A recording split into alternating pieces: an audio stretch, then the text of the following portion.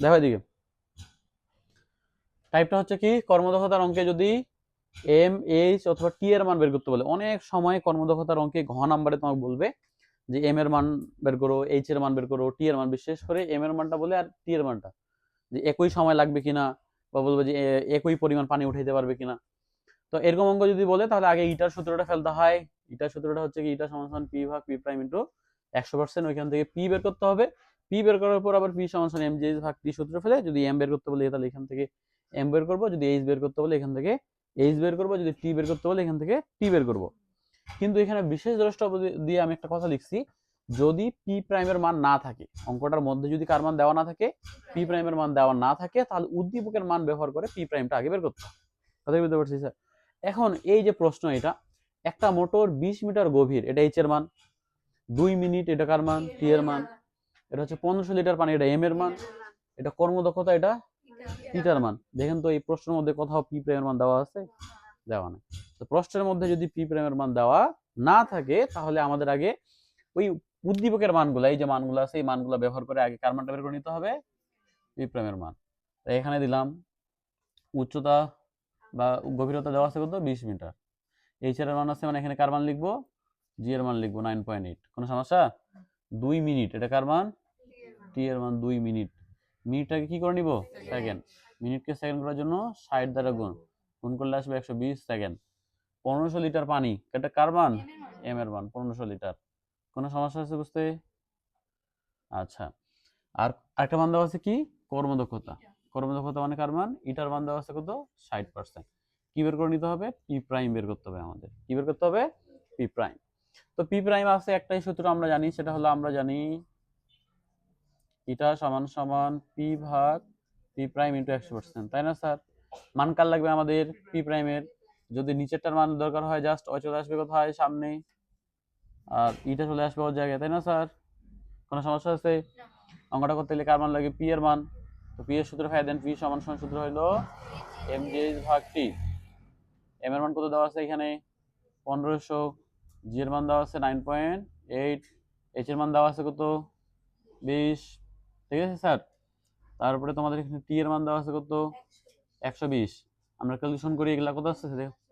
হ্যাঁ sir, 2450 watt.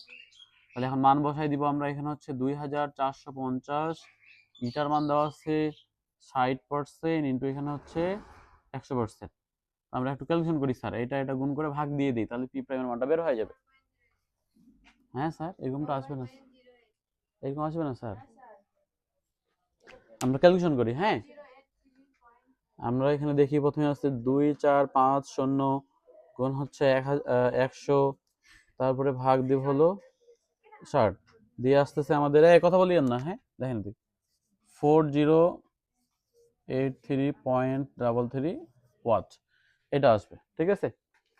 আচ্ছা, এখন পি প্রাইমের মান পেয়ে গেছেন আমরা। এখন আমরা আমাদের কাজে যাব, কারণ পি প্রাইম লাগবেই কিন্তু। ঠিক আছে?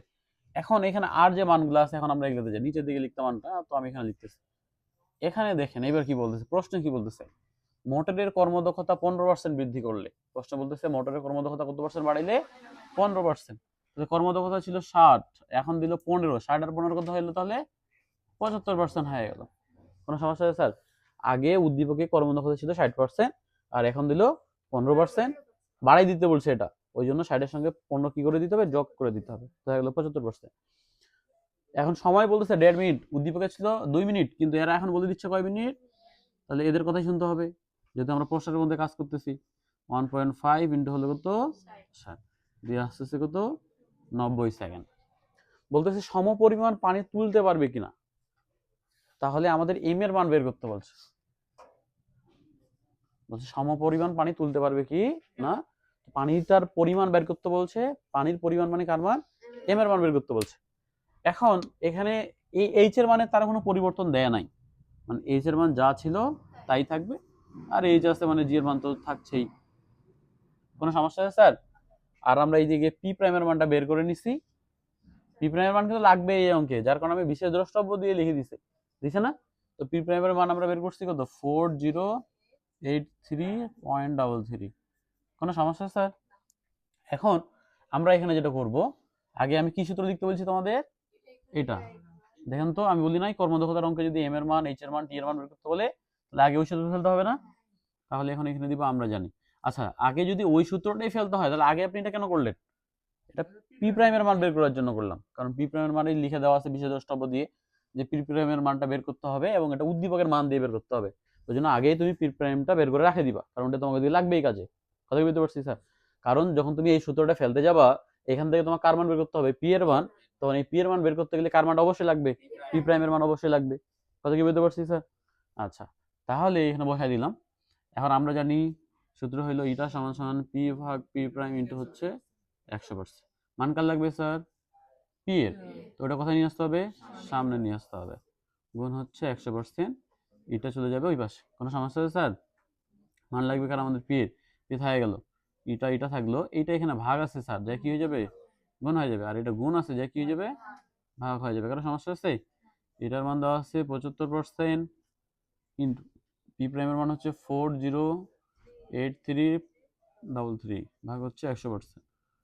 ক্যালকুলেশন করেন তো স্যার কত আসতেছে?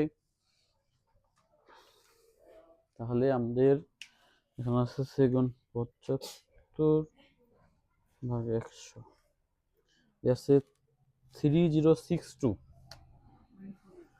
3062.5। ঠিক আছে স্যার? এত ওয়াট চলে আসছে। ক্লিয়ার? এখন এইটা থেকে পি এর মান পাই গেছি, যে দেখেন লেখা আছে, তাহলে পি বের করতে হবে। পি বের হয়ে গেছে, আমাদের পি বের হয়ে গেছে না? তারপর কি করতে হবে? এই সূত্র ফেলতে হবে। তখন আমরা দিব আবার পি সমান সমান এম জি এইচ ভাগ টি। এখান থেকে কি বের করতে হবে? এম এর মান বের করতে হবে। দেখেন তো, এম এর মান বের করতে বলছে না? তাহলে যেটার মান বের করতে হলে এটা কোথায় নিয়ে আসতে হবে? সামনের দিকে নিয়ে আসতে হবে। ভাগ এখানে থাকলো টি, পি চলে গেল ওই পাশে। মান কার লাগবে স্যার? এম এর। এই যে এম থাকে গেল, পি থাকলো, এই টিটা এখানে ভাগ আছে, এদিকে কি হয়ে যাবে? গুণ হয়ে যাবে।